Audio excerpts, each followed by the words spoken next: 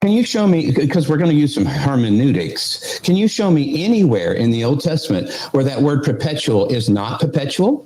Because again, I understand you're appealing again. Sure. And again, hold on. God's laws, where any of God's laws. Hold on. Now, wait a minute. I thought I was going to get to have a talk here. You asked a question. Hang on a second, sir. Be quiet now. Okay. Hang on a second. Well, there you go. I will mute you because it's not your show. You asked the question. I'm going to give you the answer. Genesis 6:4, the word olam is used referring to those who were of old. Deuteronomy, just rattle off all the ones where it's used, not referring to perpetual. Genesis 6:4, Deuteronomy 32:7, Joshua 24:2, 1 Samuel 27:8, Job 22:15, Psalm 24:7, 24:9, 25:6, 41:13, 77:9, 90 verse 2, 103 verse 17, 106 verse 48, 119 52, 143 verse 3, Proverbs 8:23, Proverbs 22:28, Proverbs 23:10, and Ecclesiastes 1:10. Should I go on for more? Blah, blah, blah, blah, blah. 1, 2, 3. Welcome to Apologetics Live. We're here to answer your questions and challenges about God and the Bible. Meet your hosts from Striving for Eternity Ministries, Andrew Rappaport, Dr. Anthony Sivestro, and Pastor Justin Pierce. Well, we are live, Apologetics Live, here to answer your questions. And I always love that one. That is one of the funnier clips that we have gotten over the years.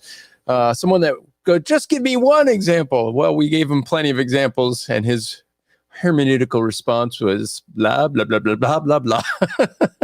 That was, I forget what his Batman. He went by son Batman. He was a Sunday school teacher. I forget.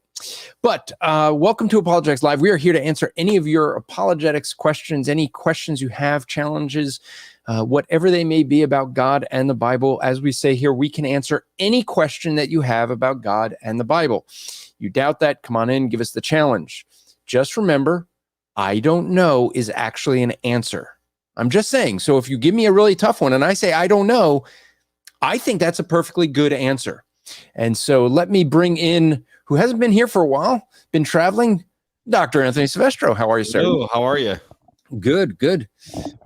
You've been doing a bit of traveling, but do you remember what your house looks like? I'm slowly getting accustomed to it again. So hotel rooms just aren't the same, you know?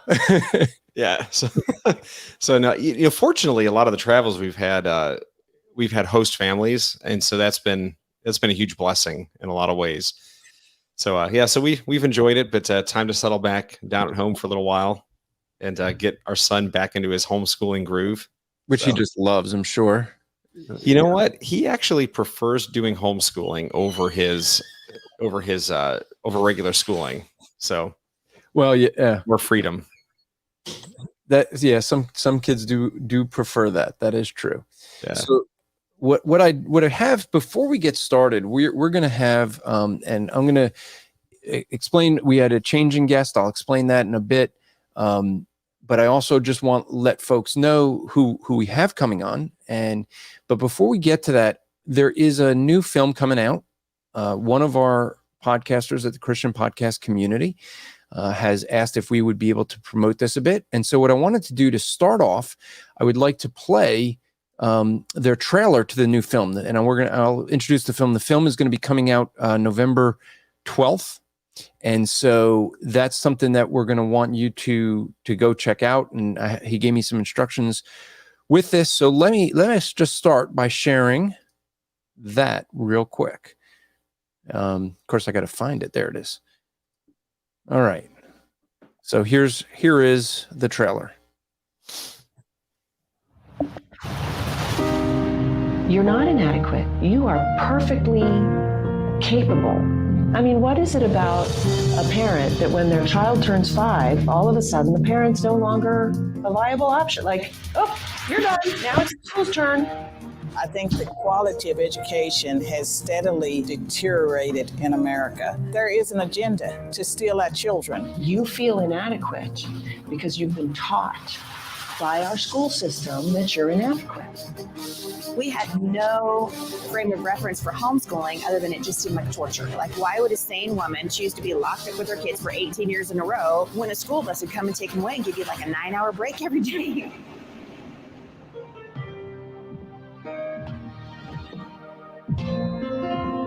No one knows your child better than you do, and no one loves your child more than you do. And homeschooling changes the game on everything. Homeschooling allows us to say to the child, what sort of life do you want? What sort of God-given dreams, talents, and abilities is he speaking into you?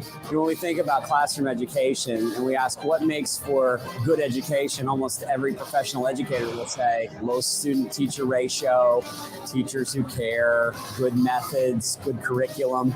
Well, in homeschooling, you get the best of all of those things. What we discovered is that it's very efficient to homeschool. You have the person who knows the student the best.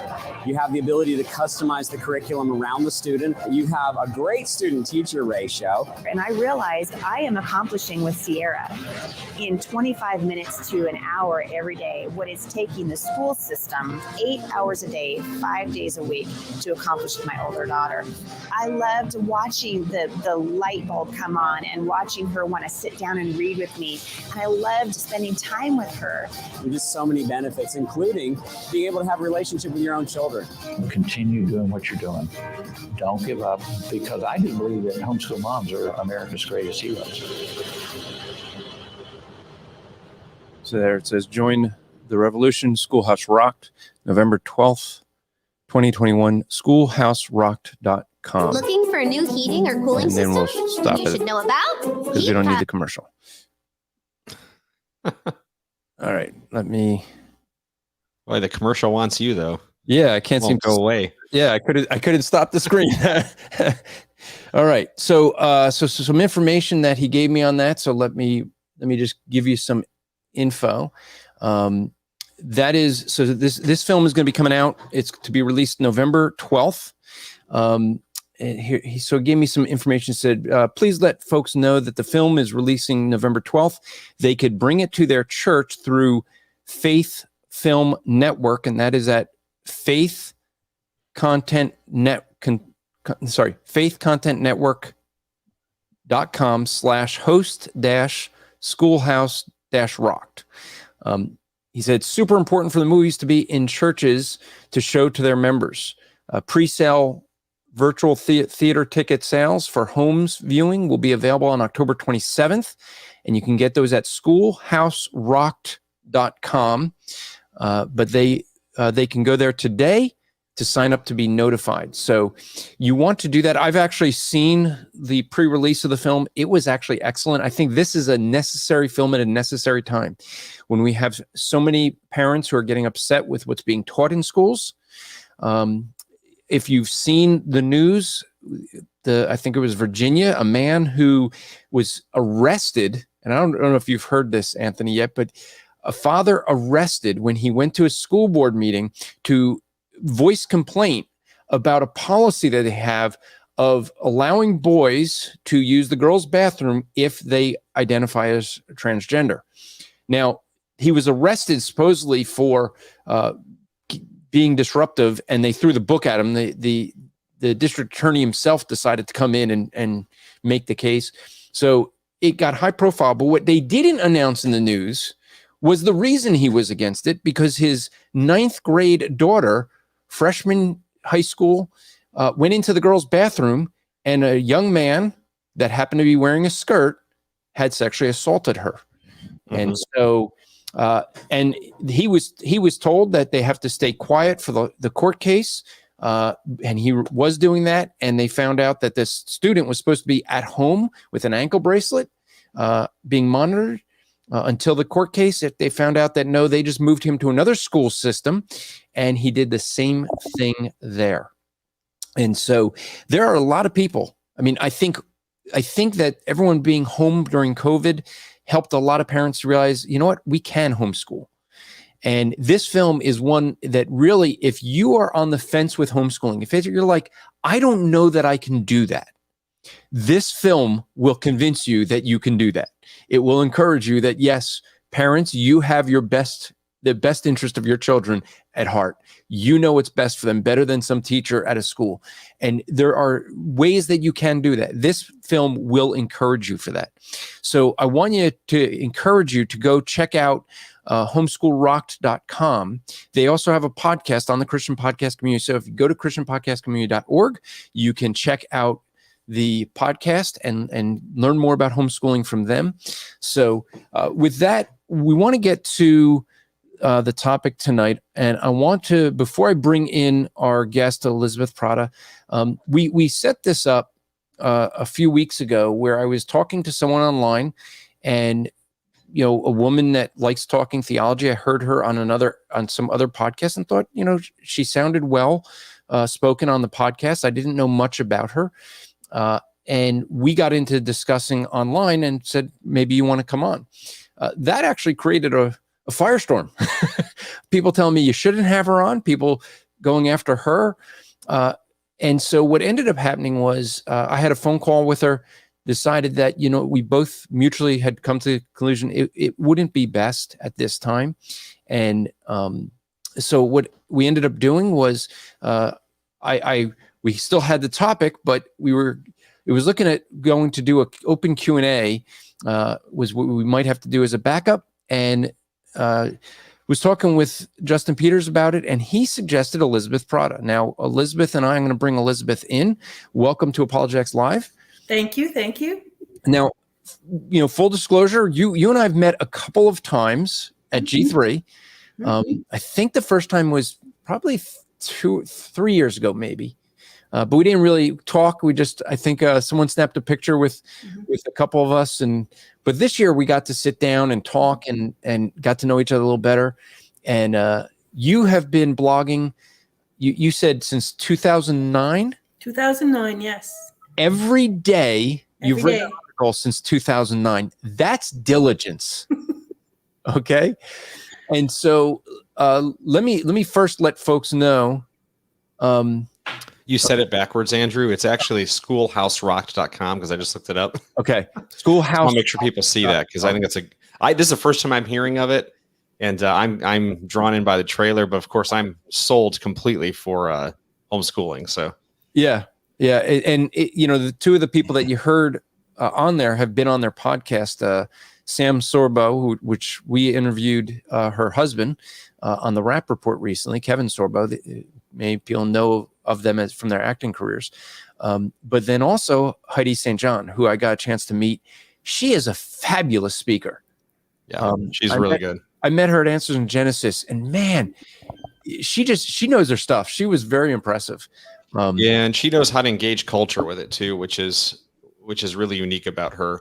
Yeah. We heard her for the first time when my wife was down at the Women's Answers in Women's Conference back in April. Yeah. And so my son and I kind of snuck in and hung out in the back, and she was a really good speaker. Yeah. So let me put up Elizabeth's website is the-end-time.org. And so over 5,500 blog posts, just a few. Just a few. And as you and I were talking, it's you seem to have a lot of similarities with someone who I started this show with, Matt Slick. Matt is known. He has one of the things that makes him so good at doing discernment is the fact that he has Asperger's, and the Asperger's really helps him to be able to do the study and to research things.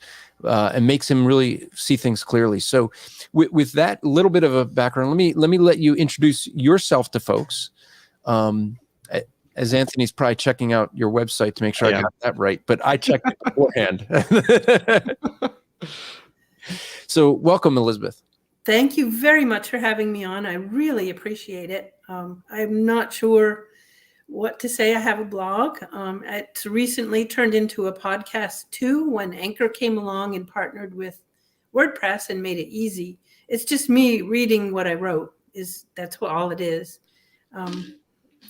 I don't know. What else did you want me to say? Well, we should definitely talk about your podcast and talk about the Christian podcast community offline. That might be good. But one of the things we were talking about is women doing theology. Obviously, you've been blogging and writing about theology and discernment for a very long time. I think that one of the things that often is a problem with women doing theology is, well, some of the drama that we had just having, inviting someone on. There is one thing that I do notice with women's ministries in churches is it just seems like women's ministries are usually where problems start for a lot of churches. It just seems that way. It's not an absolute thing.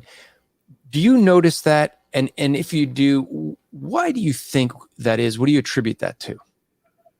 I do notice that quite a bit. I remember it was sometime back around maybe 8 years ago. A pastor up in Johnson City, New York, named Jim Murphy, did an amazing sermon about discernment and the tentacles of Satan that grabbed his congregation. And it was essentially him repenting and him talking about how to untangle those things. And he named several areas of the church in which he had been inattentive, where Satan's tentacles had come in and grabbed people and tried to bring them away through false doctrine. And one of those was the church library. One was Sunday school curriculum. They weren't careful to vet it. And the other was women's ministry. And at the time, he said that he had killed the Beth Moore trip, and that caused quite a firestorm in his church, because this was very back along when people had a Beth Moore in higher regard. And she was emblematic of all that was supposed to be good about women's ministry. That was a very powerful sermon, but I was glad he named the different places where false doctrine tends to come in. A pastor can be as diligent as he wants to be at the pulpit and as he needs to be, but unless he and his elders or deacons are also attentive to every area of education and even fellowship in the church, then the false doctrine will come in, and women's ministry is one of those. I think it's because, you said, why does it happen? I think it's because it's so emotionally driven. Women are emotional creatures, me not so much, being Asperger's. So it's a little easier for me to withstand the emotional appeals. But that's what happens, is the emotional appeals, the appeals to self-esteem, the appeals to wanting to be cherished, all the emotional things. And women tend to gravitate to that. They're also not diligent with study, sadly, many women. And I think it was a few years ago, John MacArthur said, was asked, what's one of the biggest problems in the church? And he said, biblical illiteracy. And so for every one man that's biblically illiterate, I think there are 10 women who are also biblically illiterate. So I'm curious about something. Do you think this is one of the things we read about in Scripture with women being a weaker vessel, that they're more prone or apt to fall into these types of false doctrines and whatnot? Do you think that's what it is? I mean, because there are guys who have talked about this as women being more emotional, and because of that, able to fall into false doctrines more. So that would be one question I'd have for you. And then the second one would be, do you believe that every women's ministry should be under a male elder, male teacher within the church that is overseeing the women's ministry? As to your second question, yes, I do. I believe every ministry should have oversight within the church from the men, especially teaching ministries, because the biblical charge is for the men to teach. And if women are teaching women, that's wonderful. That's biblical. But what is being taught is still under the responsibility of overseers and elders.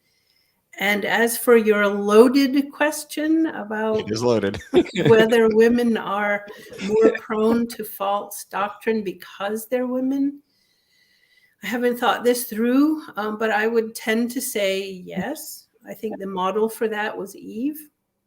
I think we see quite a bit of that in the Bible. I think biblical illiteracy leads to that. And women, if they're following a biblical mandate to be a helpmeet and to upkeep the home, then sometimes, especially if the husband is inattentive, she will not be studying as much as she needs to be. So yes, I do think that women tend to fall into false doctrine a little more easily than men. But once again, the Word of God is the antidote for that trap. Yeah, that's right. Yeah. And of course, you said a key right there, right? Is that it might be because men are being inattentive of their wives, and I think that is really the linchpin of it all, right? Are we doing the job we're supposed to be doing in protecting our wives from the false doctrine? Maybe us as well, overseeing our wives and some of the teaching that they're doing and that kind of stuff. So, yeah, great answer. Thank you for that.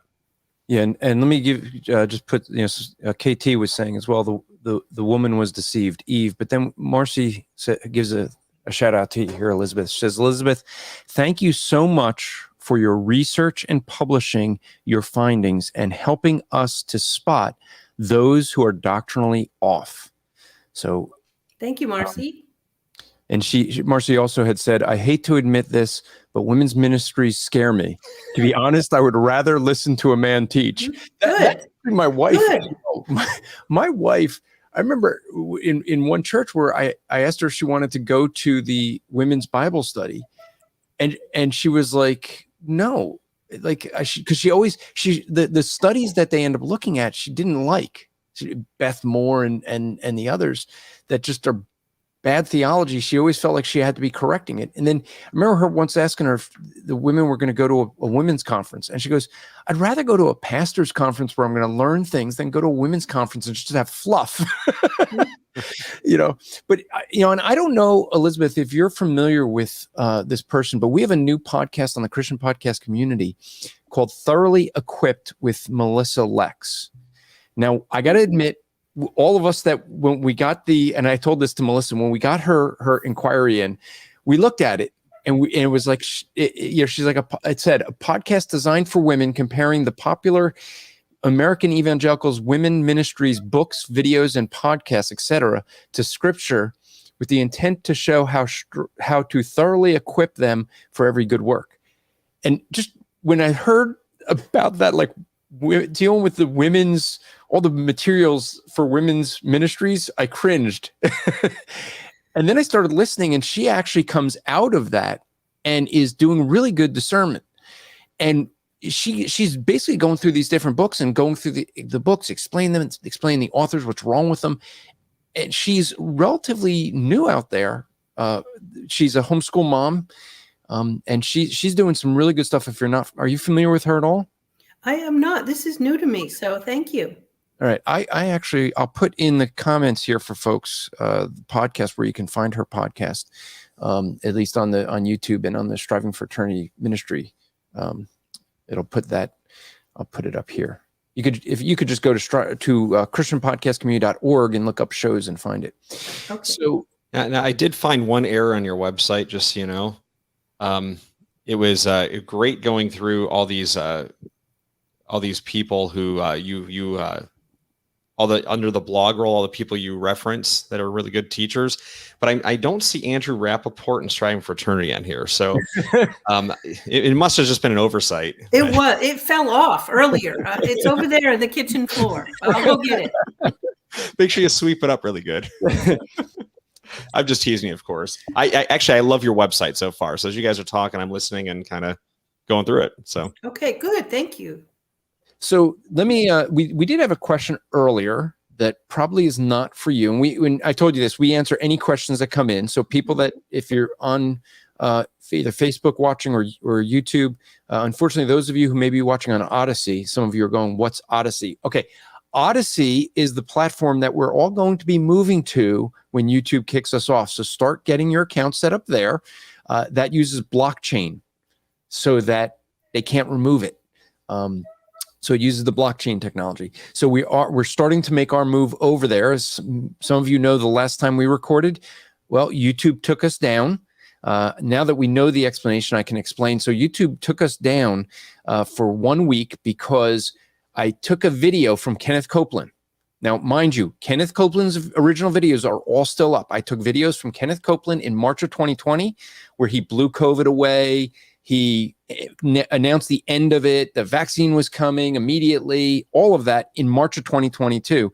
And then when I was at his conference in August, and yes, Justin and I went there for research.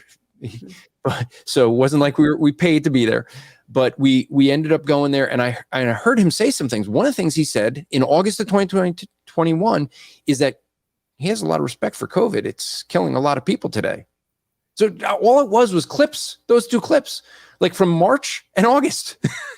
And it was about him. Well, we got shut down for a week because we were giving medical misinformation. So we're gonna be starting to make that move, because they've basically told us if they strike us again, they may just remove us. So here was a question that came up earlier. This is a two-part question.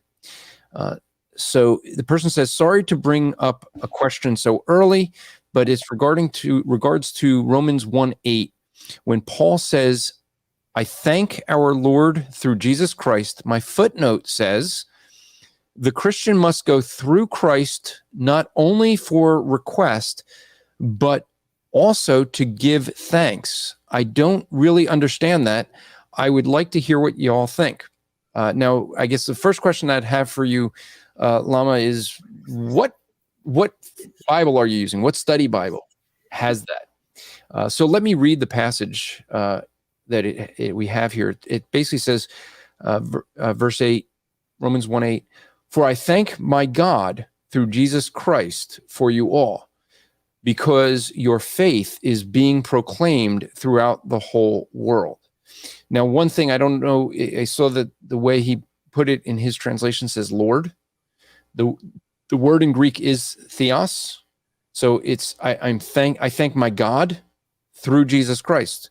I think that's nothing more than he's thanking God for them, for the proclamation of the gospel throughout the whole world. But where do we have that? How do we have that ability to proclaim that? It's through Christ.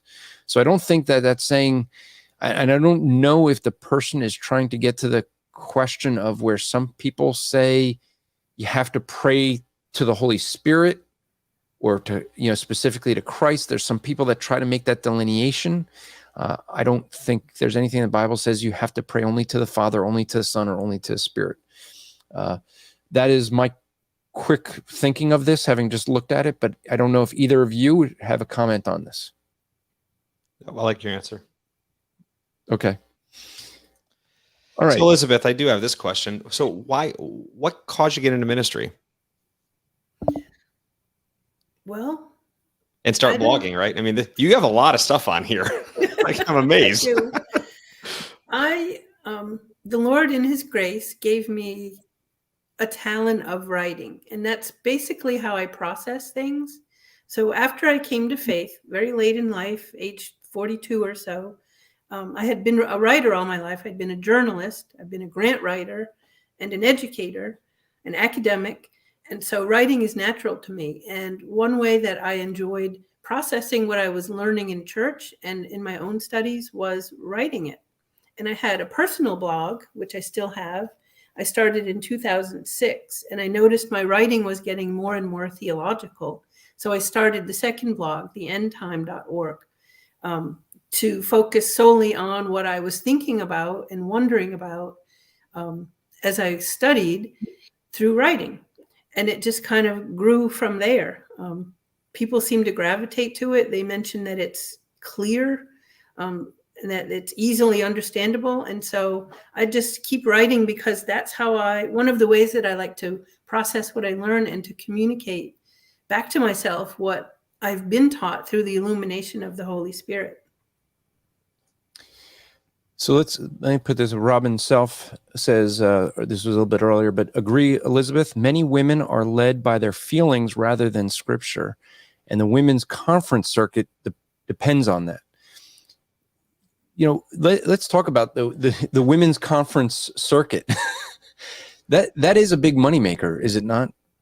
It's an enormous, enormous moneymaker. And it's actually very tragic. My very first introduction to the women's ministry circuit was very early on after I started coming to church after my salvation. And I was brought to a women's ministry weekend for a Beth Moore DVD study. It was a women's retreat, and the focus was watching all the segments on the purchased DVD from Beth Moore. And that was my first introduction to her. And I was immediately perplexed and a little turned off by her emotionalism. And I was very saddened by one thing that one of the women said, which was, after watching the hairbrush story, which is a famous story that Beth Moore tells, about how the Lord spoke to her to minister to this particular man in an airport. She sighed when the video went off and said, I wish that I had what Beth Moore has. And to me, that's very tragic. And it's the two-part culture that the women's ministry circuit imposes upon women. And that is, they all have something that we don't. They have a closer relationship, a more balanced emotional life, a healthier marriage. And the women's ministry circuit makes money by appealing to women to deliver these materials that are going to clear up all these problems, these life problems for them, when it actually does very little teaching about God as sovereign for himself rather than a means to an earthly end. But it makes lots of money, lots and lots of money. And after that, I was taken by the same group at the same church to a Beth Moore Living Proof Live event at a large arena in North Carolina. And that was a 2.5-day event also. And it was also tragic. That's where I learned that there is a lot of money to be made by these materials with women who successively or obsessively even go to one after another. And they do this because I think they're grasping at something that's ephemeral. It's not real, because Jesus is not central at these on the conference circuit for women. And so they don't get anything solid, and they continue to search for something that's not going to fill them. Yeah.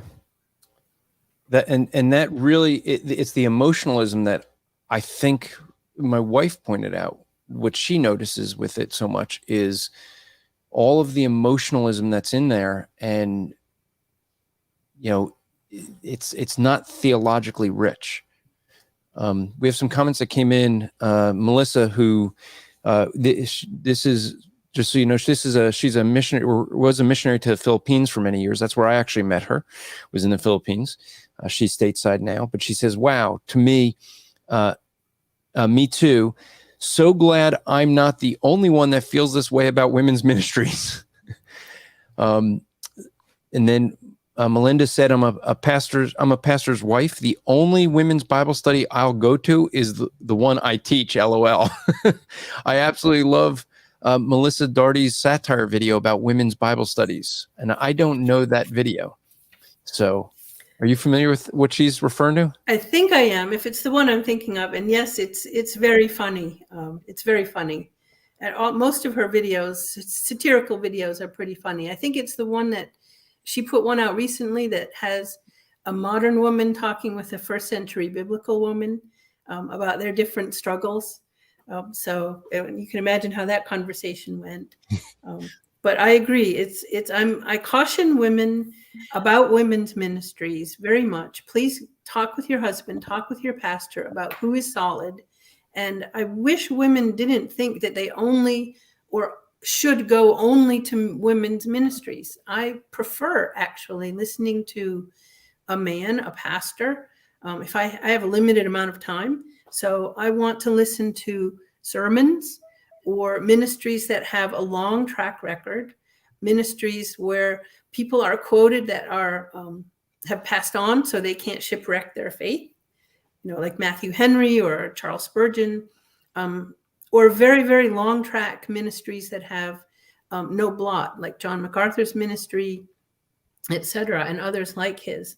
So women don't have to gravitate only to women's ministries.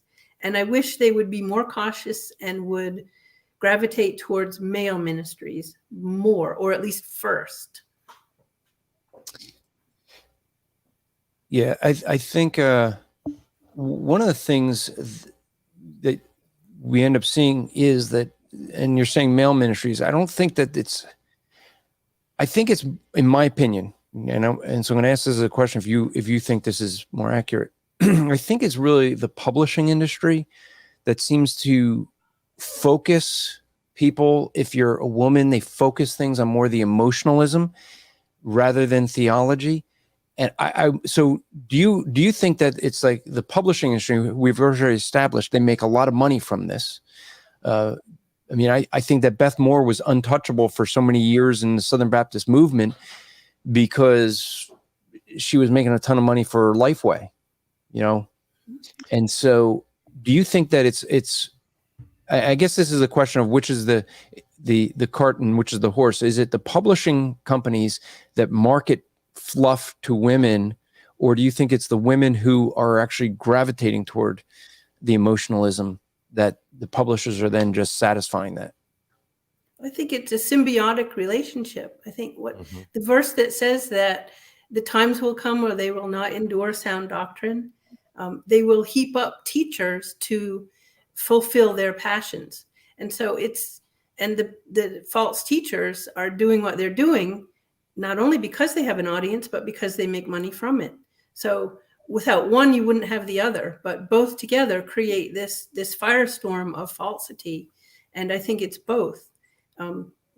Women who gravitate toward this sort of material, who it's theologically light, it's emotionally driven, it's rife with error, hermeneutics are terrible. They wouldn't be doing this if the false teachers didn't put it out, but the false teachers wouldn't put it out if the audience didn't keep them up and keep going back for more. Yeah, there's definitely a lot of money to be made on both sides of that issue, right? Both the ministries and the publishers. It reminds me of the story of Alex Malarkey, right? Who wrote, yes. Right? He claimed he went to heaven. He recanted, and Lifeway knew he recanted, and yet they kept publishing the book. Well, he never actually, is his dad who wrote it. Well, yeah, that's right. And so he said, hey, none of this was true. It didn't happen. And they didn't want to get rid of it. Yep. It was a cash cow for them. Yeah. And so that's one of the things that, you end up seeing a lot with it. It's the money seems to drive a lot of this. Now, here's Robin Self has a good point here. And she says, this is why it's so important for pastors to know what conferences their women are attending, as well as the studies being approved. I think that's a really good point. There's so much of this that I end up seeing, Elizabeth. I see so many of the women's Bible studies in different churches where no one's really overseeing it or approving it's just they started up like, oh, here's a book we can go through. Do you seem to, because I know you speak to a lot of women, especially the ones that have start finding your blogs and coming out of this stuff.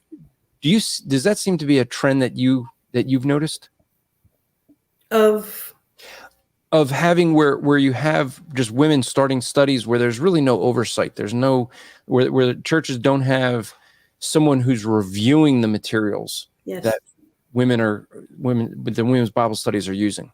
Yes, I look for that. And I think as more and more of these pop up, you have parachurch ministries that are almost devoid of any male oversight whatsoever, and any theological oversight or input. And I don't know if you're familiar with the If Gathering. No. This was started by Jenny Allen maybe 10 years ago. It's absolutely huge. But the danger with the If Gathering is that it's mainly a parachurch or an extra church ministry where women gather at homes. And the way they gather is almost so totally from social media. You don't see flyers, you don't see many things that are public about it. But if you look at the If Gathering map, you'll see these gatherings happening. The pins almost completely cover the United States. And now they're in many other countries too. And it's sort of subterranean. But As I said, Jenny Allen started it. She claims her husband gives a little bit of input, but if you look at their tax records, it's very few hours, and it's mainly women writing these curricula that other women gravitate to. So it's a problem. A Walk to Emmaus is another one. It's sort of subterranean. It's sort of a little bit secret. It's hard to find, but yet they draw these women away, fill them with emotional fluff, charismania, visions, and then send them back to their churches to get more women to come to their other gatherings. And so it's a multiplying problem, but in the wrong direction. Yeah. So there's a comment that came up here, and this name keeps coming up. So I'm going to actually ask a couple questions about this. But Beth Moore, Mercy says, I was led to Beth Moore early in my Christian beginnings, and am so thankful to people that call out these false teachers, and to the pastors who shepherd the flocks carefully. So, what are Beth Moore seems to be the popular. A popular one within conservative circles. I mean, there's a lot of women's ministries, but Joyce Meyer, most of the churches that would be more conservative are not going to be looking to her for material, but they do a lot look to Beth Moore. And she's come out of the SBC now. She's no longer SBC. She's no longer complementarianism, though many of us knew she wasn't complementarianism long before. Yes. she finally came out and admitted it when we have an episode here on Apologetics Live from a couple of years ago. I think Jim Osmond and Justin Peters and I talking about her defending that she's a complementarian. But everything she was saying was proving she didn't really believe that. What are your thoughts about Beth Moore? Why do you think, or do you think she's dangerous? And if so, why? I think she's completely dangerous. I think the danger is embedded now. I think it's gone to the second and even the third generation of women that have followed her, because she's been around for a long, long time. She's been around since, I think, 1994 was when Living Proof was founded. And she's been very popular most of the time. I don't think her influence is waning. She's got over 1 million followers on various social media. So why do I think she's so dangerous? Well, first, because of her terrible hermeneutics, the way that she cobbles together a lesson or a speech, I can't even call them sermons, at her Living Proof Live. For example, the one I went to, she said that she prays, she waits for the Spirit to deliver a word directly to her mind. And then she uses that as an acrostic and finds all the verses that are about that word in the Bible and then puts it together, which, as we know, is not the way to go about putting together a speech or a sermon or a lesson that you're going to be teaching. I think that at the basic problem is not only her hermeneutics, but the way that she says that she receives direct revelation. And she's been saying that for years upon years upon years, since the very beginning. And that, for so many years without correction, has become normal for the next generation of women to believe that this is how you have a relationship with Jesus. It's based on feelings and impressions and waiting to hear from him personally.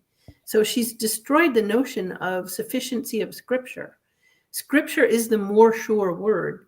I mean, Peter had visions, but he said, even those, there's a more sure word than the word that I have received as an apostle. And how about us now that the canon is closed? Beth Moore opened it. And without correction for decades, now women think that's how you have a relationship with Christ, is you cobble together words and you go on your feelings and you receive direct revelation and you live a very forward life. I did a blog on her some years ago about how she says that she's home every weekend and she's a helpmeet and she's a dutiful wife, etc., which was not true because I looked at her schedule and she was gone almost all the time and her children were young then. It came out in the Atlantic just a couple of years ago, now that her daughters are grown, They said, yes, indeed, Mom was gone a lot and we ate a lot of takeout. So she's dangerous by her life, and she's dangerous because of her doctrine, and she's dangerous because other men have not corrected her or addressed these issues with what I think are obvious issues with her ministry. Okay, so Connie, who's in the backstage, Connie, do you want to make your comment on camera? Just nod your head if you do, and I'll just read it if not. You want me to read it? Okay. She said, the waving of the hand like this, I'm taking as a no, you do it. She said to you, Elizabeth, she said, I had done Beth Moore studies. When I realized a lot through Elizabeth's site, there was so much error, I called a halt to all her studies. Trying to tell other women about Beth Moore problems has been a disaster. Many women do not want to know. They want to follow blindly. And this is really a good follow-up into the question that I was going to have for you. I have noticed that Beth Moore's followers seem to be some of the most ardent, hateful people if you try to criticize her. Do you notice that as well? And if so, what do you attribute that to? Yes, I've not only noticed the vitriol and the very harsh words coming from a lot of her followers, but I've been the recipient of a lot of that anger. When I write some things that seem to resonate, not all the things that I write about Beth Moore have resonated over the years, but some have, including the infamous open letter to Beth Moore that I and several other ladies had posted, asking her directly at her stance on homosexuality. That seemed to garner quite a bit of anger, let's say, shocking anger. And although others in discernment, quite a few people do not appreciate when you tell them that a favorite teacher or someone that they have followed is indeed a false teacher, no matter how lovingly you might say it. They don't appreciate it.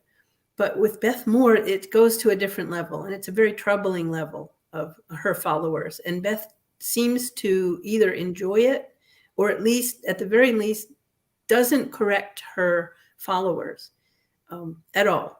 You would think she seems to like them defending her, and it doesn't matter to her, obviously, I say, how they do it. So, because she never addresses the anger that comes from her followers. And the issue with her is her longevity. And now the second generation of women and other younger women who are coming up and teaching in the same way that she does are doing the same things that she did. Because why not? Yeah. And I think that one of the things that we see with it is, the only other person I could think of that has that same vitriolic following would be Joya Micah. And she uses it, though. Like, she will actually use her audience to go and defend her and to go after the people so she doesn't have to. And I think that's actually a ploy that she makes because I've seen her with me. She'll put something out saying, does anyone agree with him? Right. And then all her followers just start piling on. And that's something that I end up seeing when you guys put out that open letter to Beth Moore. I actually used that in a podcast on the Rap Report about Al Mohler, because he did a podcast about, a Roman Catholic Canadian politician. And he said when that politician was asked about homosexuality, he was like, well, if you claim to be a Christian, you have to answer this question. And I went, wait a minute. Like, this was literally just, I think, months after you guys put that letter out. And it was like, okay, Beth Moore's not Catholic. She's not a politician. She's not Canadian. She's an American, SBC, same as Al Mohler, and not a politician, but a Christian speaker. How much more should he be putting pressure on her to answer? Exactly. And like, here's here was this letter put out. And I think, I don't know if it happened before or after that letter was out that she removed part of in one of her books about homosexuality. She had someone saying it was wrong, removed it. And so, how much more should these people who are saying that politicians have to answer this and that are Catholic, how much more should Beth Moore have to? And well, I think there's a thing called, deception by investment. And I didn't make up that phrase, but a lot of times in discernment, when you share with somebody that there are problems with a certain ministry that they're following, or you see them carrying around a certain book and you want to raise the topic with them, it's difficult, because when they bristle, it's because they have invested themselves. They've invested perhaps their time, perhaps their money, perhaps their reputation with this teacher that's turning out to be false. And it's very difficult to untangle that prideful feeling that they have invested in the false teacher, to get them to back away from it. But the Lord calls us to humility. I will say for myself, the first year to year and a half or so of my walk with Christ, my favorite teacher was Joel Osteen. And I can't tell you how I felt when I found out that he was a false teacher, and that I had wasted those years or those months following him when I could have been following somebody more solid. So I've been there, and I understand how it feels when you discover your favorite teacher is a false teacher. But the primary consideration for every Christian is the Word of God and the honor of Christ. So we must slay our pride and say, I made a mistake. I'm going to back away, and I'm going to follow somebody more solid or better for my spiritual health. what was that? What was the term again that you used? Deception by investment. Or is it investment by deception? It's deception by investment. It's like the more that you have invested in and the longer you go with this person, the harder it is to back away, because you've invested your time, your money, your reputation. And so what people want to do is get defensive and double down and say, no, this person is really good. But if your primary consideration in life is to honor and glorify the Lord and to worship him rightly, you will listen and you will cut through that. And even if you have to humble yourself. That really answered what I've been putting out lately, is this thing of truth doesn't matter, theology doesn't matter, the narrative matters. And that seems to be really what you're saying. Like, people invest in a narrative so much that they don't care that it's not true anymore because they want it to be true. Yes. Anthony, you had a question. Yeah. So for our listeners, what females do you think are good teachers still out there? What are the ones that you would recommend? Let's see. I recommend Susan Heck. Her ministry is With the Master. Brooke Bartz and Erin Coates. Erin Coates is the wife of James Coates, the pastor who was arrested in Canada and jailed for a period of time last year. Brooke Bartz and Erin Coates have an Open Hearts podcast, and they also have an Open Hearts in a Closed World online conference for women that's annual and it's free. Amy Spreeman and Michelle Leslie have a podcast called A Word Fitly Spoken. They each have blogs and writings online too, separately. I love Dr. Shelby Cullen and Kimberly Cummings, the Women's Hope podcast. They're out of the Masters University, and so the oversight there is very good. Mm-hmm. And I like Lauren Hereford, Tulips and Honey Hub, and Robin Self, as she's commented here. She's a pastor's wife. Robin Self has a blog called A Worthy Walk. And I know there are other women that are good. I mean, I'm cautious about most women's ministries, but there are good ones out there. And those are some of the really good ones. Yeah. Are you a fan of Martha Peace as well? Oh, yes. Yes. I knew I'd leave off some really wonderful women. She's, Yes, Martha My Peace wife also enjoys her stuff a lot. So one of the few on my approved list for her. So if you could get me the list of those, I'll make sure I get all those into the show notes too. Oh, thank you. Yeah. So we can, that'd be great. We do have a question. People too. Yeah. There was a different question before that, but we'll go to this one now. Okay. So go ahead. So Marcy says, what is the best way to start a conversation with our friends who are longtime followers of these false women teachers? That's really hard. I like to ask questions. What is it? Like the verse says, and I wish I could remember the address of the verse, but the one that says they will not endure sound doctrine and they will heap up teachers to suit their passions. If somebody's following somebody who you have for sure identified as false, ask them what they like about that person, because there's something that false teacher is giving them that they're craving in their flesh. And once you can kind of drill down to what it is, that they're getting out of this false teacher, then you can start leading them towards scriptures that address that particular issue. Sometimes just questioning will start them questioning, and then you can leave it. You don't have to resolve everything in the first and only conversation. You can just kind of come alongside that person successively, and you don't have to make that person your friend a project about it, but just gently offer them some good and credible materials that they might not be aware of, some of the ones I've named and other ones that are around. So those are two ways to try to start a conversation. Ask questions and share materials that you're using and that you've enjoyed. Okay, so we had a question that came in a little earlier. Give me a sec while I find it, because it was just on my screen. And then it was about a Lisa, I probably can't pronounce it, Turkhurst.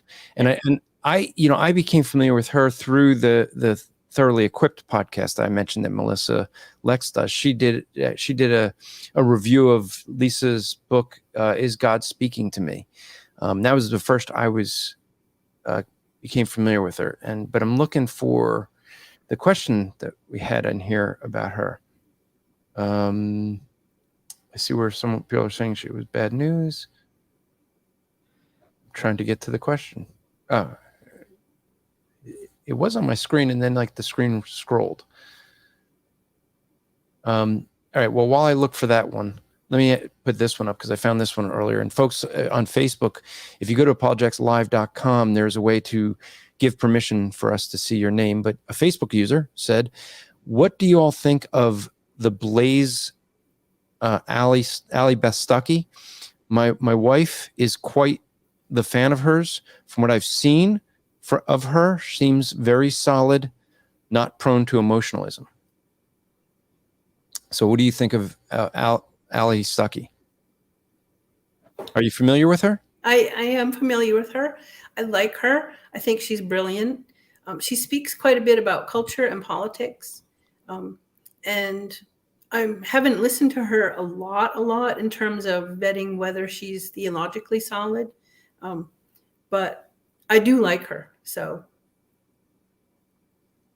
All right. I'm still trying to find that. We got Lisa Turkhurst, I believe, is still a member of Stephen Furtick's church, right? Yes, that's one of the concerns that I would have is sitting under Stephen Furtick's preaching. I mean, he's pretty cool, though, right? I mean, no, he's not even cool. Look, here's the thing: when you got these guys that want to be hip, right, and they're doing things that are like nostalgic to people who lived in the '80s, that's not hip. It's just nostalgic to you, right? But they all seem to want to be claiming they're hip, and yet they're doing stuff from the age. So, let me just ask, because I think the question was about Lisa.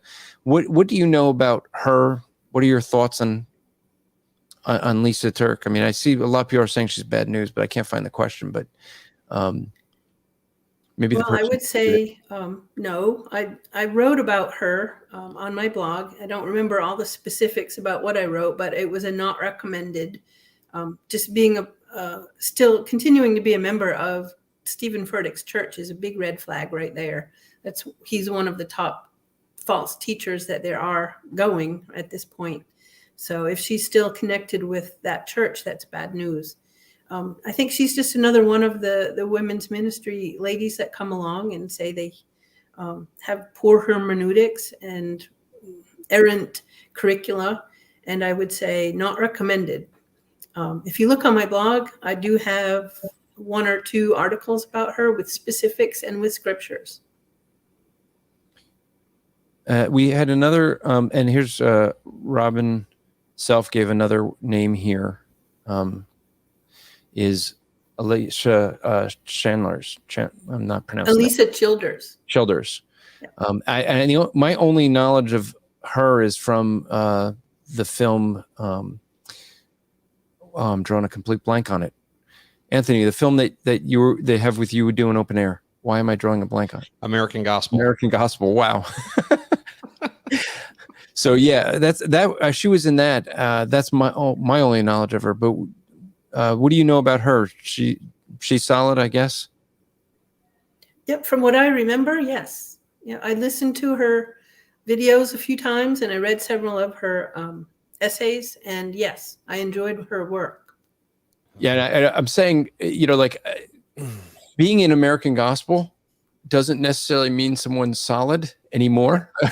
Anymore, it happens quickly, doesn't it? We've had several of them that have gone bad. So recently, within the last 2 years, I rewatched American Gospel, and it was funny because there were so many of the people that were in there that I'm like, oh, they were in that? Like, did they not know what they were saying back then? And one of them, someone asked about here, is Priscilla Schreier. KT says she's another one a lot of people are using. What do you know about Priscilla Schreier? Are you asking me, Andrew? Yep. She's not recommended. There are a lot of issues with her ministry. I particularly get really upset with the hypocrisy of women in ministry that claim to be wifely, humble, meek helpmeets, but are actually living a functionally feminist life. And Priscilla Schreier is one of those. We're claiming to be, I'm just a mom, I love my kids, this ministry thing, it grew before I knew it. No, effectively CEO, leaving the kids behind, doing lots of ministry that in any other sphere of cultural life would be called career. I believe that she is a hypocrite with her life and that her teachings are extremely problematic. And one of the things that I had gotten from Michelle Leslie's site, because someone had asked me about her, and if you haven't been to Michelle's site, I mean, she does detail things and source all her stuff like you do, which is good, so that you can go there and go back to original source. But one of the things that with Priscilla Schreier is she is teaching contemplative prayer, and that is problematic. That is where that's like an Eastern mysticism thing where people are emptying their minds, and so that is dangerous. But now, halfway through, I think now might be a really good time to kind of get a word from our sponsor, because we at this point, you might be thinking you're ready to put your head on a pillow and cry yourself to sleep. Well, if you're going to do that, a great pillow to get would be a My Pillow. Now, okay, I got to put Anthony. Look at the expression. See, it was a good transition, though, sir. Was it not? How far the mighty have fallen. You used to do gospel transitions, and now you do My Pillow transitions. I can do gospel transitions. Actually, you're quite amazing in them both. So I'm going. But we are sponsored here by My Pillow. You can, if you have to cry into a pillow, a My Pillow one's going to be a great one to do, because mine is like 10 years old and still just as fluffy now as when I first got it. These are great pillows. Actually, I love all their products. They have a lot more products than just pillows. If you haven't been out to the site, I've recently got the mattress topper that you've heard me talk about here. Absolutely love the 3-inch mattress topper. I've recently got their pajamas. That's my latest thing that I've been trying out. And I haven't found a product yet that I don't like from My Pillow. Next one's going to be the My Pillow slippers, or actually they're called My Slippers. I think they're running a special on those now. Anthony went to get himself his pillow, so he's got his My Pillow right there, nice and comfy. It is great. You know for a fact I travel with mine everywhere. Yeah, I'm going to buy another one to travel with, because it's good. If you do, use the promo code SFE to save on the and also at the same time be supporting Striving for Eternity. Or you can call 1-800-873-0176. That's a number that they gave for us. That's 800-873-0176. They are great pillows. I've been a fan of them for years, and was thoroughly happy when we're just keeping Anthony on with the pillow. You can smush these, and you can do all kinds of stuff with them and make them just perfect for you. They really are amazing. They are, and they don't, and with that, they still get right back to their shape. I don't know what he used to do that, but I love them. They're someone that I actually reached out to say, hey, would you want to be a sponsor of these shows, because of the fact that it's a product I can stand behind. They're made here in the United States.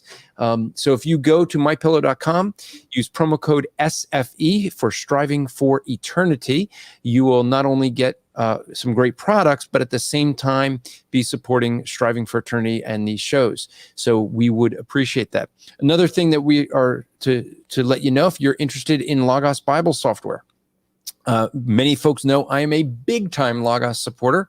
I love this Logos Bible software. I've been using it for more years than I want to admit, because that may give away my age a little bit more than you think. But if we have a deal with them where if you are new to Logos Bible software, just go to, I put the link there, bit.ly/SFE Logos. I did that because the page they gave us is much longer.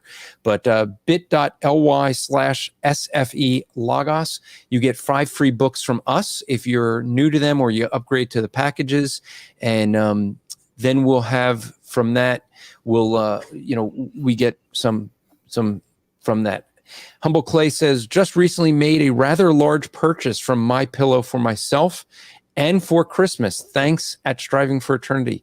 So Humble Clay, what you need to do is send us a picture, and we will put that on here when we get those pictures. And if for folks, I haven't announced that for a long time. So if you want to get that, just go to send the picture to info@strivingforeternity.org, info@strivingforeternity.org, and we will get that picture from there and put it up.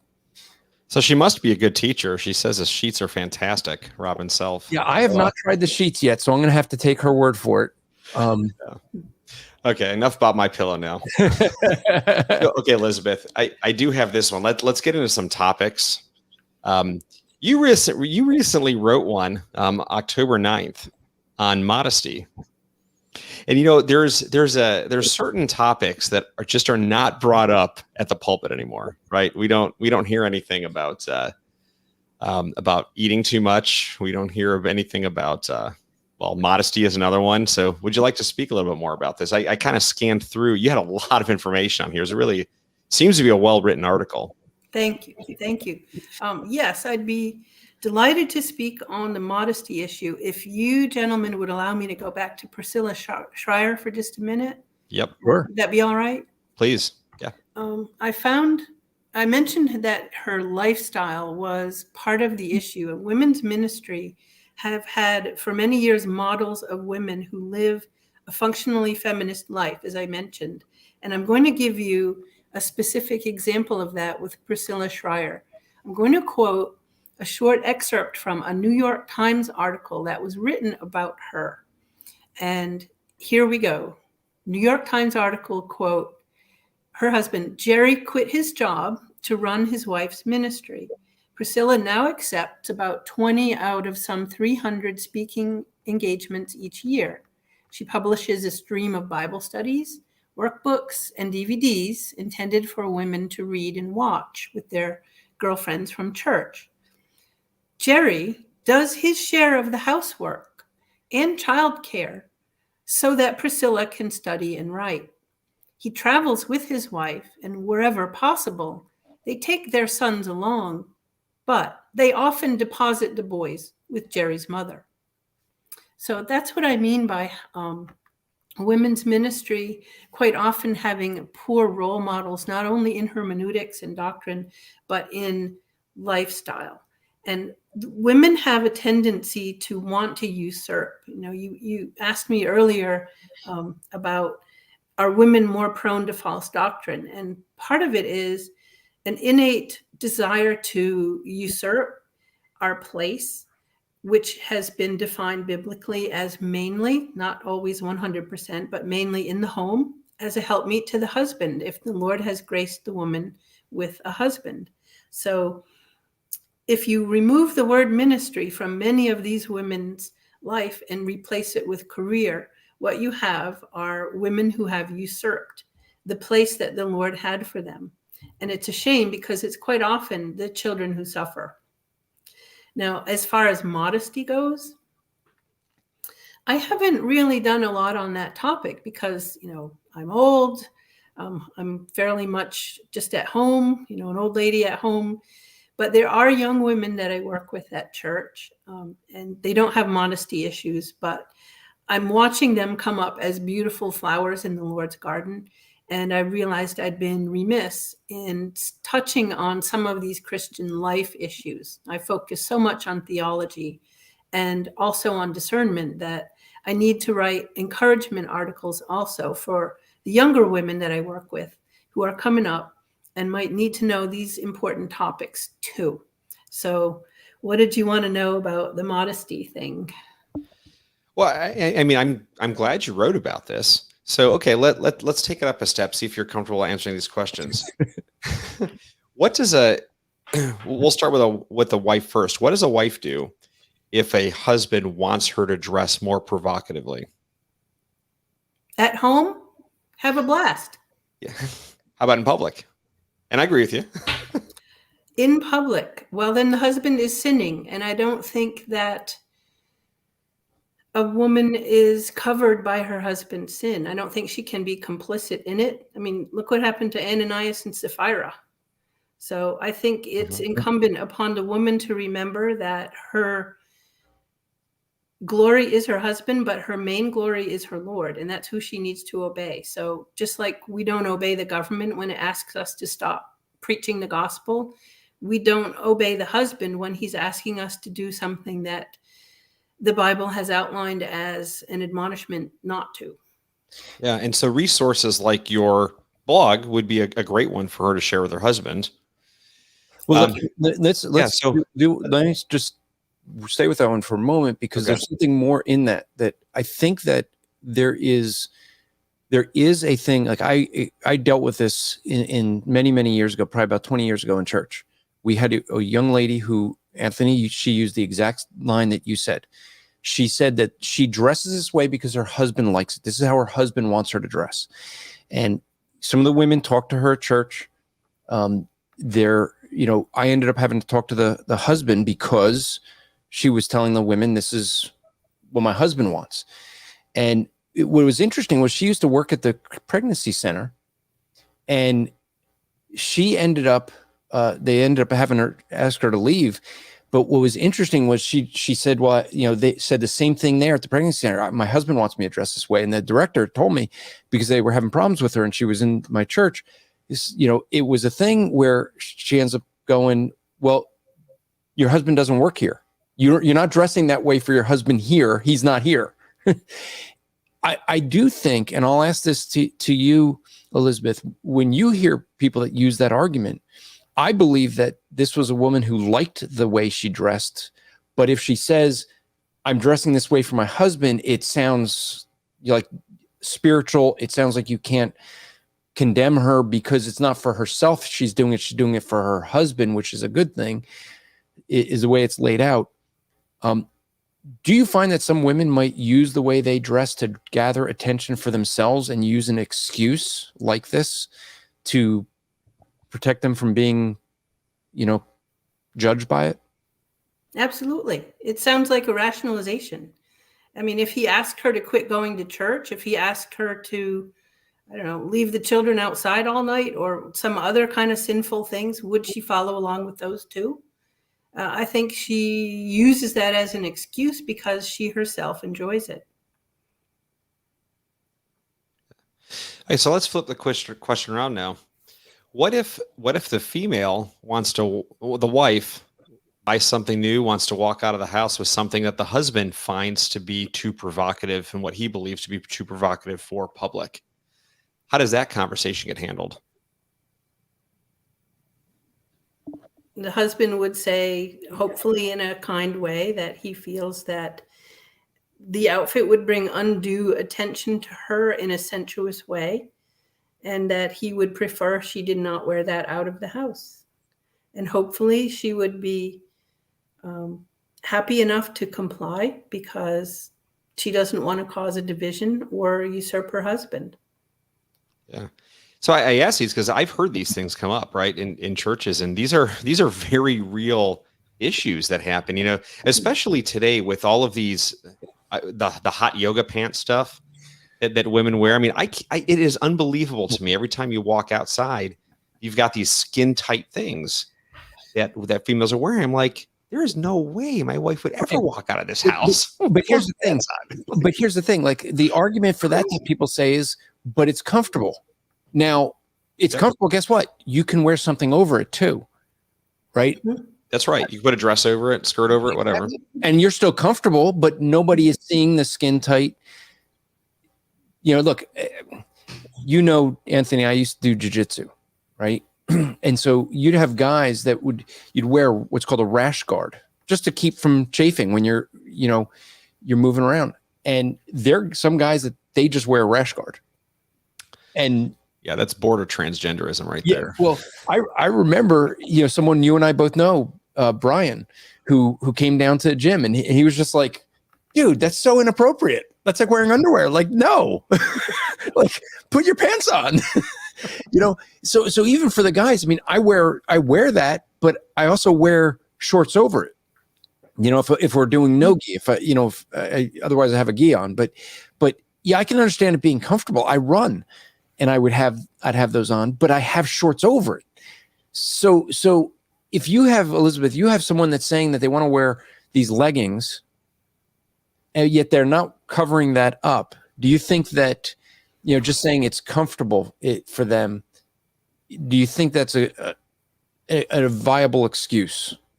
No, no, I don't. I mean, our comfort, where did that become the primary consideration in presenting ourselves to the Lord, either in daily life or in worship? It's dignity, it's modesty, it's submission, it's a heart attitude. I work in an elementary school, a public elementary school, and we have dress standards, and leggings are not part of the dress standards. If you wear leggings, you need to wear something that comes down to the knee over it. So I don't understand why a woman would want to display herself in a way that is of the world when modesty is countercultural and will shine even brighter, especially if her countenance, and I wrote about that a lot in my article on modesty, her inner beauty will come out, her love for the Lord, if she dresses modesty and has a true worshipful attitude. Why do you want to show skin when everybody else shows skin? You got to show a lot more skin to get noticed, and that's the wrong direction to go. Yes. It just seems obvious to me, but I guess it's not, because as you gentlemen are saying, it's an issue in church. Even good churches. I mean, wow. It's astounding. Melissa asked this question of you, Elizabeth. What do you think of Jen Wilkins? I think back along, she was solid. Her book, In the Word, something about the Word, was good. I did 2 or 3 essays on her recently, and I do not recommend her anymore. I think she's an egalitarian. I think she is a usurper. She has taught and preached to men. And then she had that terrible sermon where she was talking about the female monthly menstruation and how that blood is akin to Jesus's shed blood, some other foolishness. So I do not recommend Jen Wilkins any further. And it's just a sad testament to the fact that people who once were solid need to be vetted and checked every so often. Check your bookshelves, ladies, because the books you bought 10 years ago from authors might not any longer be credible. And you don't want younger ladies to be drawn away by something that you have failed to see is no longer good food for the soul. And if I'm not mistaken, doesn't she go to the church of the pirate ship dream guy, Matt Chandler? Yes. Yes. I thought so. Yep, that's her, all right. So she must have sailed along with that pirate ship. So let me ask you with that. I mean, we're mentioning different people who, like, even people that were in American gospel that now are not so solid, both men and women. What's the importance of keeping up with them to see what they're currently teaching, and then how do we keep up with them? I mean, like, so you're saying that, like you used to recommend Jen, but not anymore, right? And we're mentioning different people that were solid at one time, and you could have endorsed them, but it is so hard to keep up with all these people. Yes. So, are there resources out there that you would know that where we could go? I mean, how does someone keep up, especially for someone like me who doesn't follow women's ministries at all? Someone's name comes up. Where could we go? Well, the list that I mentioned earlier verbally, and the one that I'll give you in writing later, some of these ladies had done very good work with discernment. What I'd like to do is, first of all, I write down the names of the people that my pastors, my elders, mentioned during sermons that they consulted themselves. And I figure who they're reading is pretty safe. And then you go from there in a concentric circle. So like if you like John MacArthur, he sometimes mentions S. Lewis Johnson and the Believer's Chapel. And S. Lewis Johnson was succeeded by Dan Duncan. And Dan Duncan sometimes mentions Don Green. And so those circles that overlap, starting from one really good solid one, and you go outward from there. And keep your circle small of people that you read and follow. And thirdly, I'd say read the dead guys, read the Puritans, read the people in the past who have gone on. And that's for two reasons. First, because they can no longer slide into apostasy and shipwreck their faith. And secondly, because when we read people from far back, we can see their blind spots. We can't see our own blind spots, and we can't put our nose above the culture that we're in because we're in it, but we can see theirs. And so it's often a lot easier to be discerning about someone from the past. So as I want to continue to press you, because we don't often get a female discernment blogger on the show. What are some women's issues? And by the way, I'm sure my wife will listen to this tomorrow morning, so this will be good for her too. But what are some women's issues today that don't get addressed very often? I know in the counseling world, I've got a lot of friends that are in ACBC counseling, and I get some lay level training from them as we talk. But women in pornography seems to be a really growing segment. And we all know about men in pornography, right? 72% of men, depending on the study you read, Christian men, professing Christian men are in pornography once a week. We see some, they're staggering statistics. Half of the pastors are in porn once a week. Oh, that's terrible. Yeah. They're horrible statistics, right? But women, from what I understand, are really growing in terms of pornography, whether it's hardcore porn, magazines, or even things like heavy romance novels. Well, so it's 48% was the last I heard of women that are watching pornography. If you go into the romance novels, and this is just Christian, non-Christian that I saw. When you get into romance novels, it was up to like 76%. So it's very different. It is grown. That's an area that I know very little about. I know that I'm 61 or about to be 61. And my first memory was at age 3. Now, I remember the Beatles on Ed Sullivan. That was my first memory. So I have a long history of seeing how the culture has gone. The 60s was terrible, and then the 70s with the short shorts, and then the 80s and with feminism and so on. So I have seen that culture has really told women that the more that you bear on your body, the more powerful you are. You're a strong woman. I noticed on my trending line on Twitter, it said that it was Go Without a Bra Day or something. So when the frog is in the water boiling long enough, you begin to see certain things as normal. And so this generation we're in now doesn't really see anything wrong with a lot of skin. They see it all the time. And so it's no surprise that Christian women are succumbing to that fallacy, that falsity, that bearing skin and watching other people with bare skin is okay, but it's not. It's just not. The body is designed to be private, to be shared with a spouse, to be a temple of the Holy Spirit, and to be treated with dignity by others and by oneself. So I think Game of Thrones is a culprit here. As Robin Self is saying on her comment, 50 Shades of Grey. I think that's a terrible statistic, and I'm really sorry to hear that pornography is a problem for women in the church. Yeah. Because again, we're hearing about these things right now. So what other topics do you think are pertinent to women that maybe don't get spoken of a lot right now? Things that you've had the heart to write on and whatnot. I don't know. I really wish I could answer that more articulately. Andrew said before we began that I don't know is an answer. I'm really not sure of some of the different things that women are facing. I didn't know about the pornography, but I know that culture is strangling Christian women and that they are facing a tidal wave from all directions. I know the young ladies that I work with, as a Titus II older woman to the younger, many of them are unmarried. They're finding it difficult at work. There's sexual harassment that's prevalent in a lot of places. I think that's one of the issues. Other than that, I really can't say. I'm not sure.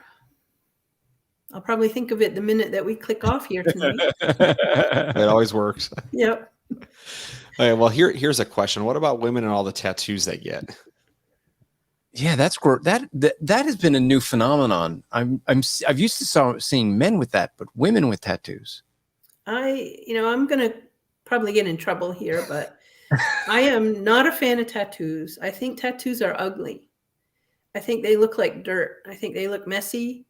I don't like them on men, and I think on women it makes them look not good.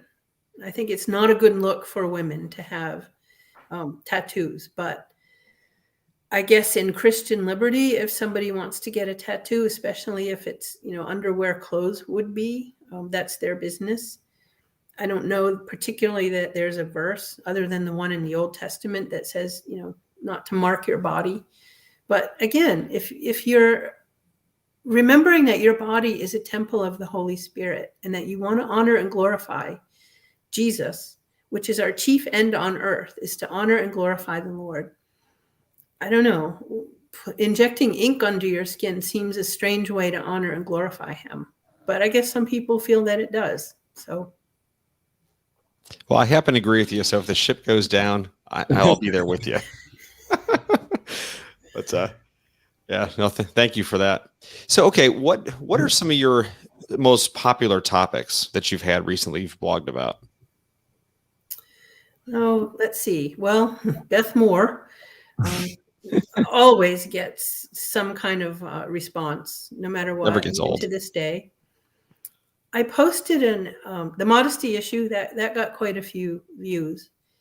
And I posted about a one world government, one world religion complex being built in the United Arab Emirates now, and it's going to be open in a few months in 2022, that honors Judaism, Islam, and Christianity with 3 different buildings, and a place for all 3 to come worship.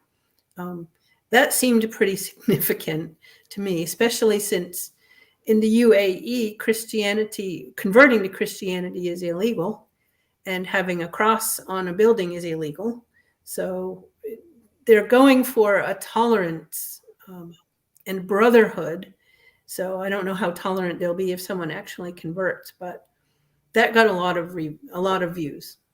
Yeah, I saw that same. I didn't see your article on it. As I was flipping through, I saw that you had written on that. Do you know who's behind that? I mean, is this a Rick Warren thing? Because he seems to be one of those guys behind it, at least the talk of it several years ago. In the essay there, I posted a link to the source of the people that are building it. I know the Vatican is involved at the highest levels, and I know that it was part of the accords, that one of the peace treaties that were done when President Trump was president, the Abraham Accords. So other than that, the organization that's actually doing the architecture and the construction and the engineering is listed in the blog. Yeah. Well, and they are right. I mean, Jews, Islam, and Catholics all serve the same God, Satan himself. So I guess they'll have one temple towards him. So let's before you go with that, let me just give some shout outs here. We got a $10 super chat from Chris, though he didn't have any comment. So, or she, give a comment. Get a comment, and we announced that. But a super chat is something you could do on YouTube. We do have a new member, One Eternal Perspective. Just joined the YouTube as a YouTube member. You can go to the YouTube channel and join membership. That's another way of supporting us here.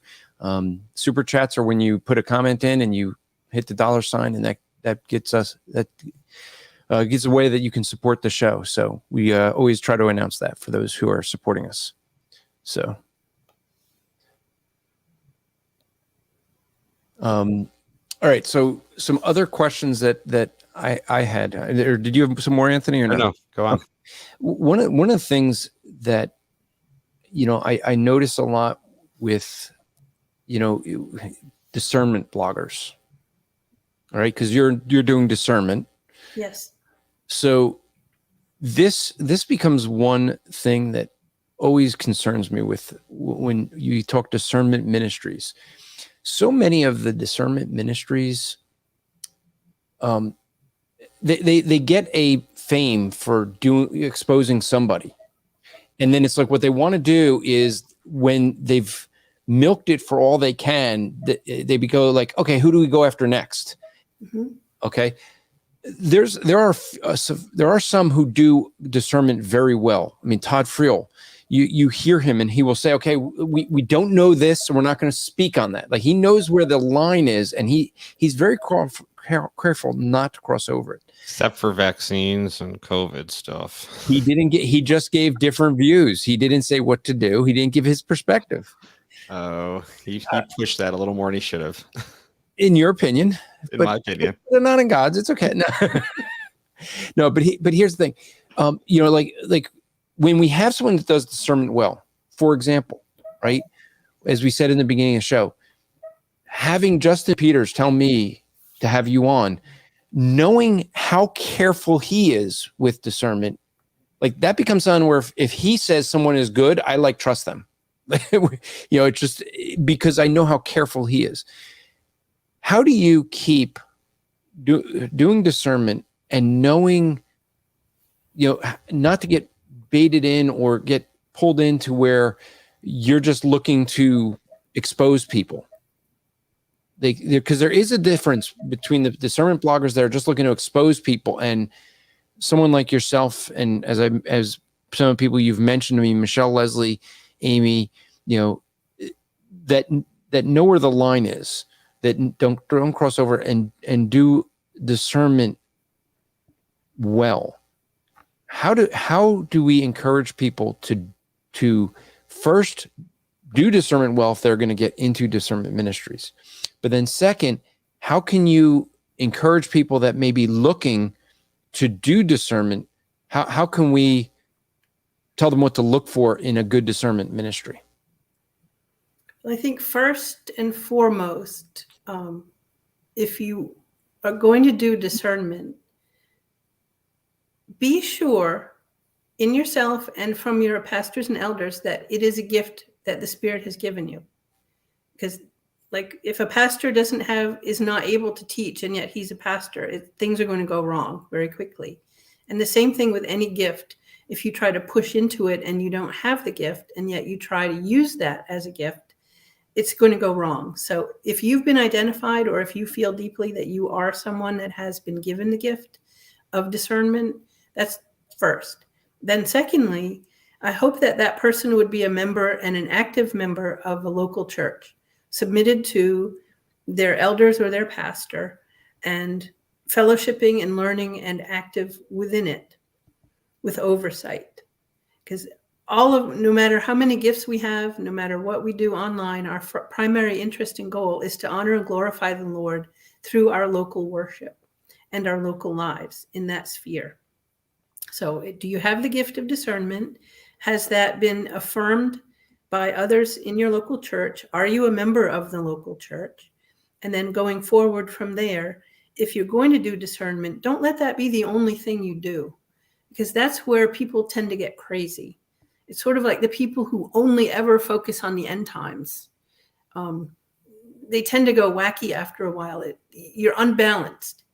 You need to have a well-rounded spiritual life, a well-rounded prayer life. And so I don't only write on discernment. I write on encouragement. I write on theology. I write on creation. I like creation. So now you're talking. I knew I liked you. You're talking my language now. I came to the Lord from a pagan perspective of Romans 1. So yeah. Anyway, that's don't only focus on discernment. It's I was a newspaper woman for a while. I was a journalist, and I did some side stuff like the Babylon Bee does with sarcasm. It's very difficult to maintain that line of sarcasm and not go over into anger. And it's the same with discernment. It's very hard to maintain that line and remain gentle and remain loving, but remain firm and not go over into anger or to try to protect your sphere by getting more hits. If you're more concerned about hits and likes, then that's going to be a problem too. Yeah. And Humble Clay says church family is essential. And it is. I think you're right with what you said. I think the real spot is the people who are focused on the clicks, that becomes an issue. So we always like to announce when Chris Honholz is in the house. So he had a comment here. Here we go. I think he's only allowed to give comments if he's dressed up in his Captain America suit for us live, right? I mean, well, did that rule go away while I was gone or something? Or what happened was he can't fit into it anymore, and so he got on a bike and the weather wasn't good for it. But he says it was great meeting Elizabeth at G3. Yes, it was. And I'm sure he got a picture with you because he gets a picture with everybody. He did, but it was great to meet Chris. I've seen him online, and it was great to meet people in real life. So Chris is a good one. We tried to get him dressed as Captain America at that, but there was no way he was going to do that. So he says, yeah, just try to enforce that. A different Chris gave another super chat with $10. And his comment now is, the mind of the discerning acquires knowledge, and the ear of the wise seeks knowledge. Proverbs 18:15. So that is a good word. And I will say too, Elizabeth, you guys talk about discernment. You do have a 5-article or five blog post series from just a couple months ago. So if people want to learn more about what you think about discernment, you did this back in August, right? Five straight. So what I tried to do is not only to point out who is false. My battery's running low. I'm going to slide over here to plug it in. Okay. Not only to point out who is to be avoided, but to teach ladies how to figure that out for themselves as a lesson. There we go. Sorry about that. As a lesson for themselves on, don't always have to rely on me. Ultimately, you rely on your knowledge in the word from having been studied, prayer, and the people in your local church. But you don't always want to have to rely on somebody online. So that's what that series was about, was just trying to teach people through example what to do and how I think about it. Mm-hmm. And so, one of the things, so here's one Eternal Perspective says, great info. Would love to know where to get more info on experiencing God. Saw saw article on Elizabeth's site, haven't read yet. I would like to talk to my pastor who approved a woman's study last year. So, Elizabeth, before you get into that, I will say, I know Justin Peters has a lot on that book, because he has made the point that that's really where a lot of this stuff started. With people, Elizabeth, we and we'll probably we won't have time to get to the clip, but you and I were talking beforehand. The clip from Todd Friel had a Witnessing Wednesday clip that if we had time, we were going to chalk talk. But one of the ones is a pastor who is on a seminary campus, and Todd asked him, why are you a pastor? Because the guy admits he's a universalist. He doesn't know his theology. And he said, I just want to help people experience God. And you cringed when we talked about that. What are your thoughts about the book, Experiencing God, and what resources do you have available for that? All right. Experiencing God. And just after I was saved by the grace of my Lord Jesus Christ, I was at a church that was all very excited to do the Experiencing God curriculum. And it was going to change our lives. It was going to change everything. It was going to be monumental. I mean, the hype around that book was incredible. And I went through the curriculum, and I was kind of troubled by it. It was very, very early in my discernment days, but I didn't like the part that talked about hearing from God, because as you and I talked before the show, Andrew, I am thrilled to know that there's a manual for life, and that it's as solid as a brick, and it's the Bible. So hearing from him, apart from God or relying on impressions, just seemed to be the wrong way to go. I don't recommend that book. I think it's ground zero for the charismania that has by now overtaken the SBC, with people hearing or having impressions or having visions of him. And I think Beth Moore took it. She really took that to heart and mentions it early on in her ministry as something that impacted her greatly. And we're off and running. And so now we have 2-3 generations of people that are used to experiencing God rather than knowing God. Mm. Yeah, and that's the big, that right there is the big difference, right? I mean, this is what we were talking about earlier, the difference between the theology and the feeling, the emotionism. And that's really what so much of this ends up being a distinction of. Mm-hmm. And I think what it seems to be with so many is a desire to avoid theology. Theology, that's divisive. That's for, people who study in the Ivy League towers and things like this. How important is theology to our daily life? It is our life, because theology simply means learning about Jesus.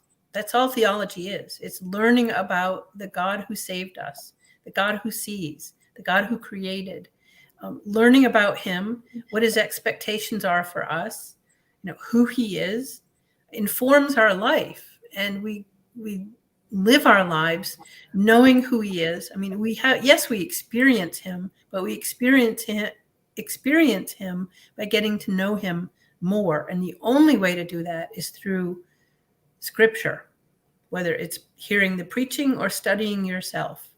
It's the only way to get to know him, because that is where he has revealed himself to Christians in his specific revelation. So theology is life. If you're not reading the Bible, how do you know your God? Yep. And that's the important thing of it. And people don't, I think that people think theology is something that some people can do instead of, if you love God, you want to study him, you want to know him more, that should be. But for some people, that doesn't seem to be the case. Well, it's lazy. It's easy. I mean, when they see all these women running around in women's ministry saying, I heard from God, I closed my eyes and I prayed and he told me XYZ. Well, you can circumvent all that hard work of digging into the Bible when you can just put your hands together and it will plop down into your mind. So that's what lures a lot of women, especially women that are tired and that are busy and that have children. So I understand that it's difficult to set aside time, but even 5 minutes, even reading half of a chapter for a few minutes will really help women in ground themselves in more solidity rather than less. Because the times ahead, we're going to need it, it looks like. And you're going to need to have it in your mind and in your heart to withstand the buffets that are going to come to us from the culture. So with the future that I think all of us agree is coming, the persecution, and I mean, the government is not being friendly toward Christians. We just had another pastor arrested in Canada today, and their chain locked. And so this is, more and more common. Do you think that the people who are looking to the Beth Moores and some of these others, do you think they're offering anything to these women that will prepare them for a future persecution? Absolutely not. What has been offered through Beth Moore's type of ministries and others is going to be wet paper towels that will shred immediately.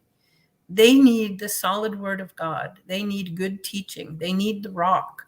And many of these women's ministries do not focus on Jesus. They focus on our emotions, our life, our needs, our wants, our self-esteem. All those things are temporal. They're ephemeral, and they will fade away the minute that trials come. And what will they be left with? They probably don't even know where their Bible is. I don't mean to be harsh, but that's the way it is for a lot of women these days. I don't think it's harsh. I actually like hearing straight and direct. I'm not great at beating around the bush.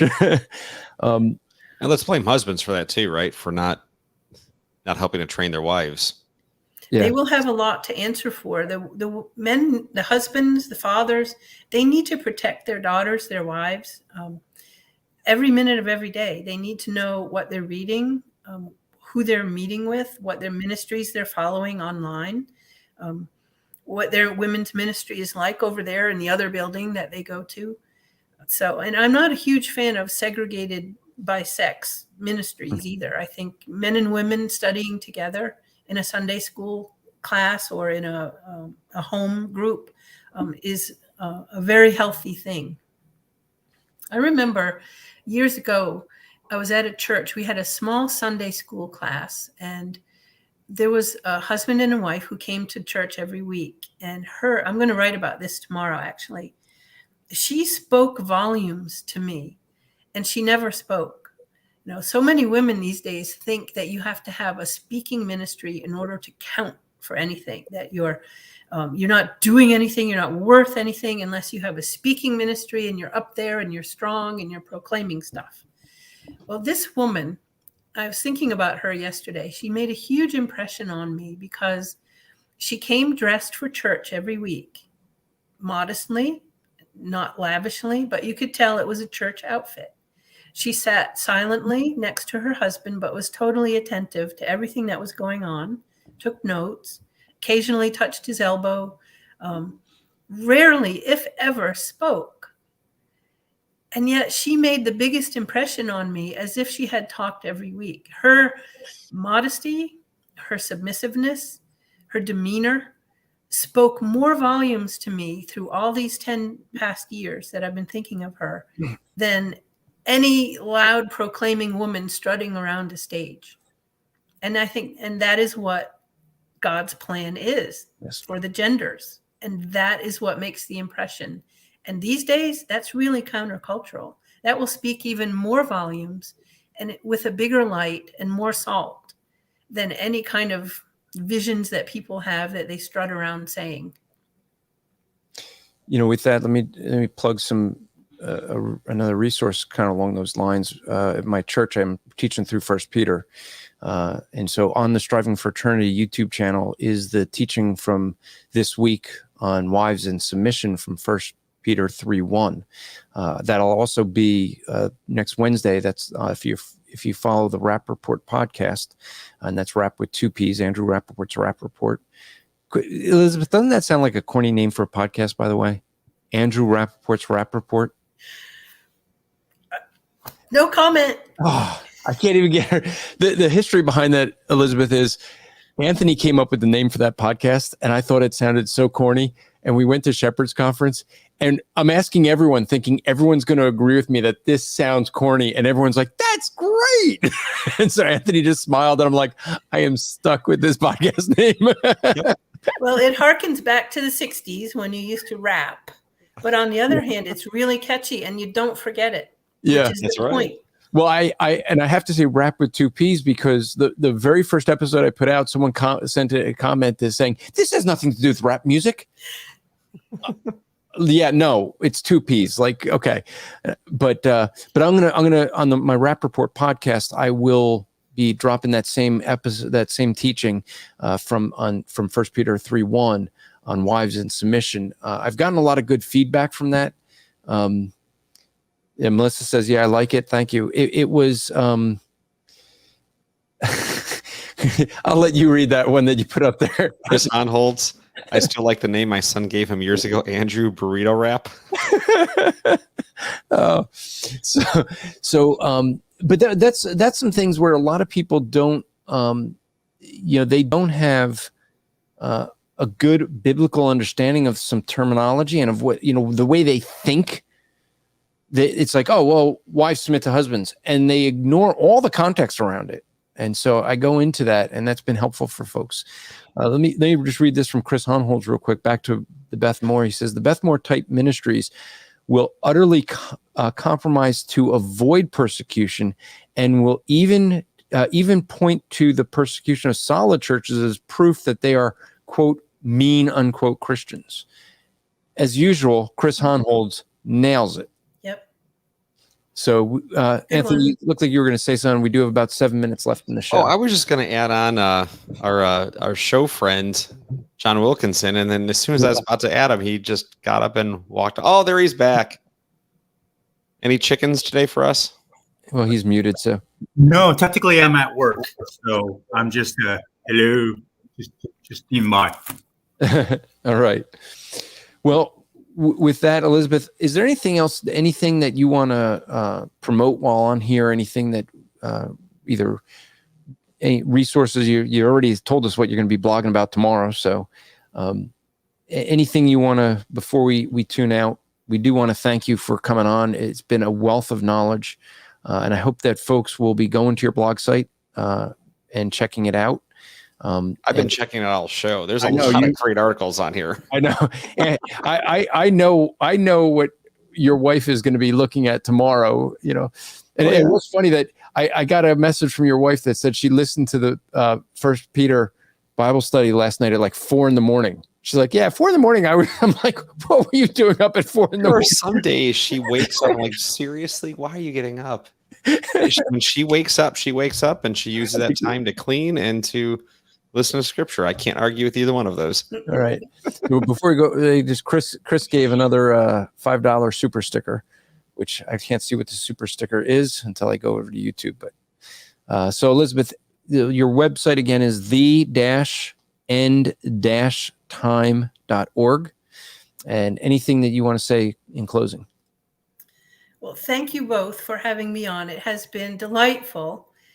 I want to say to women who are listening to please do not abandon Holy Scripture. Even if it's 5 minutes a day, 5 minutes a day adds up at the end of the month to quite a bit of a wonderful walk with the Lord. So don't give it up. Don't give up your prayer life. Pray, stay in the Word. And that's it. That's my life's mantra. Pray, stay in the Word, and honor our Savior. Well, that's some good stuff. And Robin Self says here, this might be a good closing comment. It said, I am a total underachiever compared to Elizabeth. I don't know how she does it, but I am thankful she does. Thank you. Chris Onholtz says, it was blessing to see you, Elizabeth. Sorry, I was late. He'll go back and re-listen. And then Carol J1 says, thank you for introducing Elizabeth Pratt to us. We'll surely check her out. Thank you. And Marcy is saying, thank you again, Elizabeth, Andrew, and Anthony. So we're glad to have you on. Next week, folks, the plan is, if technology and all things work, this will be the third attempt to do this, but we are actually going to have Justin Peters responding to the Sam Storms article. Now, if you don't know what that is, Sam Storms wrote an article basically saying that you should be playing Bethel music and Hillsong music in your church. Like you can do that, and basically critiquing what Justin's point of view is against having Bethel music in your church. So we're going to have Justin respond to that, and that will be a very good show, I'm sure. Now, we know we've tried this several times.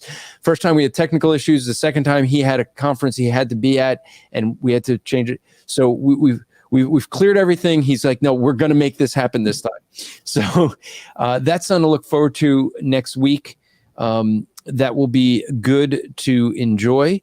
And I'm just trying to look. We will be, as far as some speaking events going on, I will be out in Colorado Springs, Colorado. We're going to be going out there. Basically, what we're doing is I'm going to be helping Justin Peters will be filming. Hopefully, the plan is to film Clouds Without Water 3. So if you happen to be in that area, you're in the Colorado Springs area, this is going to be the 29th and 30th.